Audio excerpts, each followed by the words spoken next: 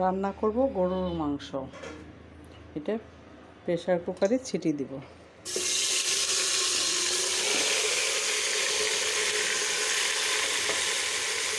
সাউন্ডটা কেমন দেখছেন?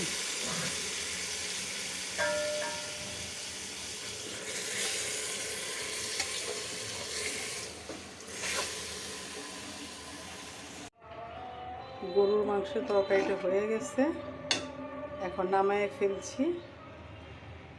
একটু ঝোল ঝোল করে আলু দিয়ে রান্না করলাম।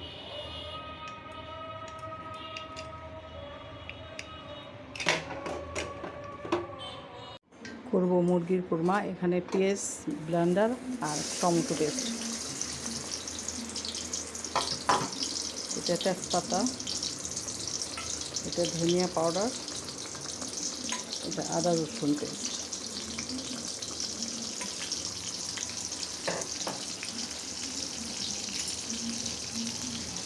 এটা গরম মশলা।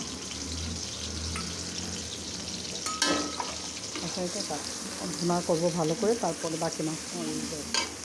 কুরমাটা হয়ে গেছে, এখন একটু পেঁয়াজ ব্রাউন দিয়ে কিছুক্ষণ ঢাইকা রাখবো ফ্লেভারটা সুন্দর আসার জন্য।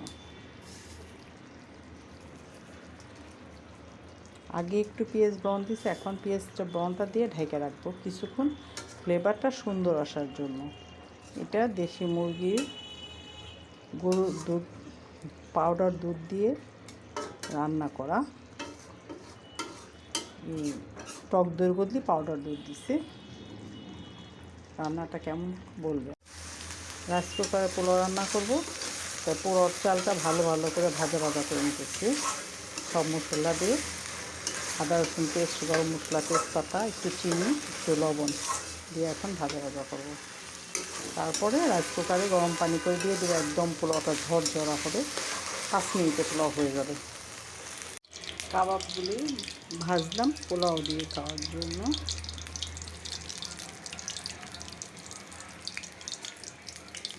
এখন একটু উল্টায় দিই, এগুলো আগে দেওয়া হয়েছে।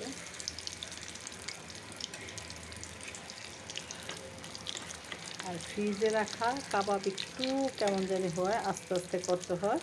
আর চুলার জালটাও একদম আস্তে দিতে হয়, তাহলে ভালো হয় কাবাবগুলি। টিকা কাবাবগুলি ভাজা হয়ে গেছে, এখন খাওয়ার পালা। মেহমান আপ্যায়নে দুপুরের আয়োজন।